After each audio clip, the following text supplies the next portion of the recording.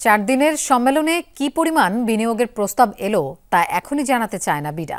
তবে এর মাধ্যমে দেশে বিনিয়োগের পাইপলাইন তৈরি হয়েছে।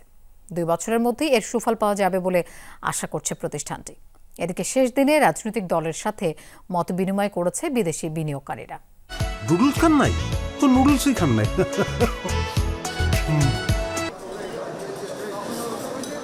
বিনিয়োগ উন্নয়ন কর্তৃপক্ষ বিডার বিনিয়োগ সম্মেলনের শেষ দিন ছিল হোটেল ইন্টারকন্টিনেন্টাল কেন্দ্রিক। সকাল থেকে দেশি বিদেশি বিনিয়োগকারীদের নেটওয়ার্কিং নিশ্চিতে ব্যস্ত সময় পার করেন কর্মকর্তারা। একাধিক পয়েন্টে সেক্টর ভিত্তিক আলাদা সেশনের আয়োজন ছিল। এর বাইরে সাইডলাইনে দ্বিপাক্ষিক আলোচনা সেরে নেন অনেক ব্যবসায়ী।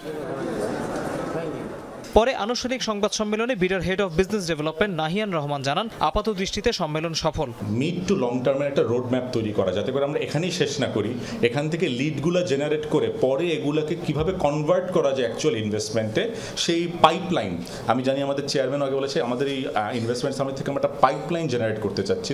সাংবাদিকদের প্রশ্নের জবাবে বিডা কর্মকর্তা জানান, আলাদাভাবে বিনিয়োগের প্রস্তাব পেয়েছে দেশি বিদেশি বেশ কিছু প্রতিষ্ঠান। ফান্ডার $150 মিলিয়ন, যেটা একেবারে এই আপনার সামিটেই সই হয়েছে।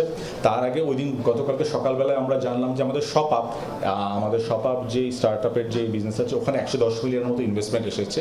ওটা একেবারে আমাদের সামিটের থ্রুতে এসেছে। এটা মানে কোনো কিছুই আসলে একদিনে হয় না। বিডা সম্মেলনে এবারই প্রথম রাজনৈতিক দলের সাথে মতবিনিময় হয়েছে বিনিয়োগকারীদের। ছিল আলাদা স্টলও। সংবাদ সম্মেলনে তারা জানান, সব পর্যায়ে কর্মসংস্থান তৈরিতে ব্যবসায়ীদের আহ্বান জানানো হয়েছে। সম্ভাবনা এসেছে, একটি আশা এসেছে, সেটাকে যদি আমরা কাজে না লাগিয়ে মহকারি করে থাকি তাহলে কিন্তু বাংলাদেশ আবারই পিছনে যাবে।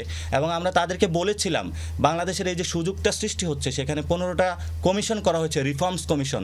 আপনারা এই 15টা রিফর্মস কমিশনের মধ্যে যদি কাজগুলো হয়, ভবিষ্যৎ বাংলাদেশে এ ধরনের কোনো সমস্যা থাকবে না। আপনারা আসবেন, ওয়ান স্টপ সলিউশনের মাধ্যমে কাজগুলো খুব দ্রুত গতিতেই সম্পূর্ণ হবে। ব্যবসা বান্ধব পরিবেশ তৈরি হয়েছে, এটা আমরা বোঝাতে, বিদেশি ইনভেস্টরদেরকে আমরা বোঝাতে সক্ষম হয়েছি। এই পরিবেশ যদি বজায় থাকে, গভর্নমেন্ট যে স্টেপ নিয়েছেন যদি বজায় থাকে, ইনভেস্টরদেরকে যেভাবে আহ্বান জানিয়েছেন, কনফিডেন্স ডেভেলপ করেছেন এবং আশ্বস্ত করেছেন যে এখান থেকে রিটার্ন নষ্ট হবে না, রিটার্ন যাবে, তোমাদের ব্যবসা রিটার্ন তোমরা খুঁজে পাবে।